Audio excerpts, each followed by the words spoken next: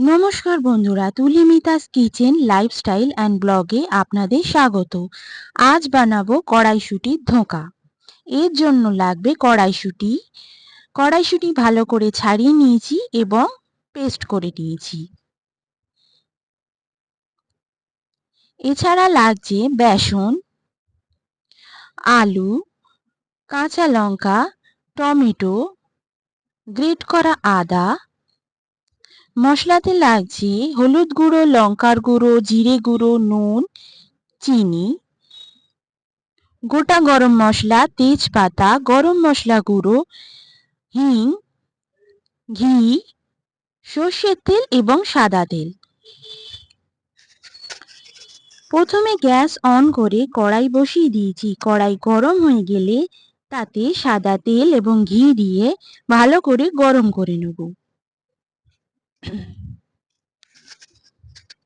এরপর এতে কড়াইশুঁটির পেস্টটা দিয়ে দেব।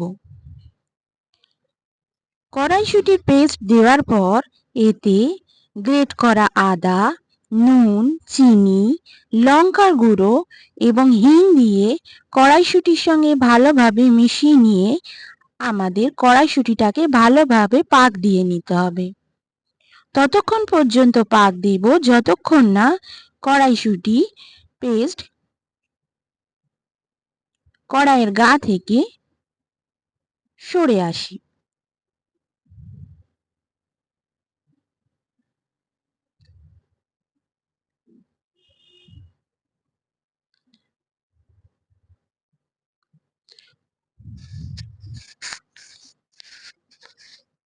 কড়াইশুঁটিটাকে ভালো করে পাক দিয়ে নিয়েছি এবং কড়াইশুঁটিও কড়াইয়ের গা থেকে ছেড়ে এসছে। এরপর একটা অন্য প্লেটে নিয়ে ভালোভাবে আমরা কড়াইশুঁটিটাকে বসিয়ে নেব। তারপর গরম অবস্থাতেই ছুরি দিয়ে কেটে ধোকার মতন করে নিয়েছি।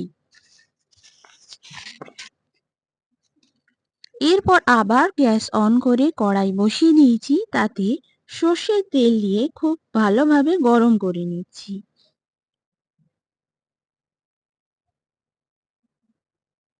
তেল গরম হয়ে গেলে এতে ধোকাগুলো খুব সাবধানে ছেড়ে দিতে হবে এবং ভালোভাবে ভেজে নিতে হবে।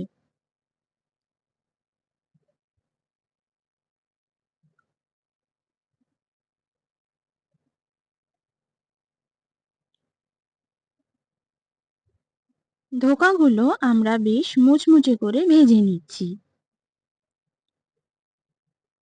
ধোকা ভাজা হয়ে গেলে অন্য একটা পাত্রে আমরা তা তুলে নিয়েছি। এরপর ওই তেলেই আমরা আলু দিয়ে দেবো এবং আলুটাকে ভালোভাবে ভেজে নিচ্ছি।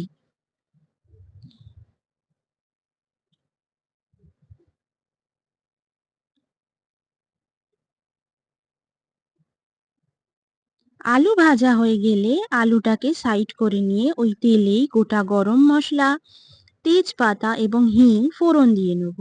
তারপর আলুর সঙ্গে ভালোভাবে মিশিয়ে নেব।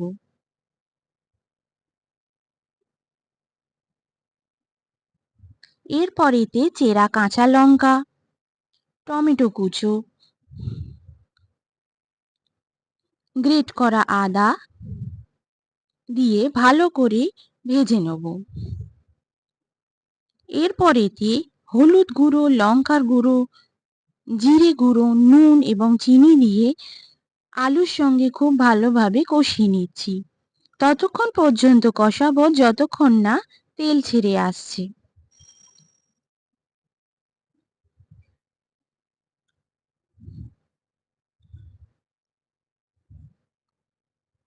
আলুর সঙ্গে মশলা খুব ভালোভাবে আমরা কষিয়ে নিচ্ছি।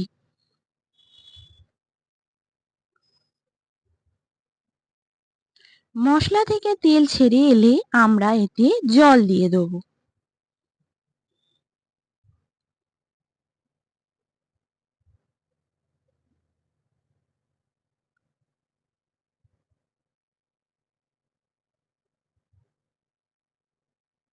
এবং ঝোলটাকে খুব ভালোভাবে ফুটতে দিচ্ছি।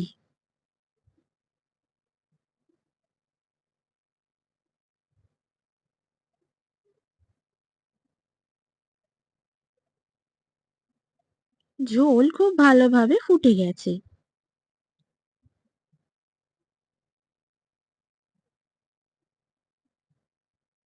আলুও সেদ্ধ হয়ে এসছে।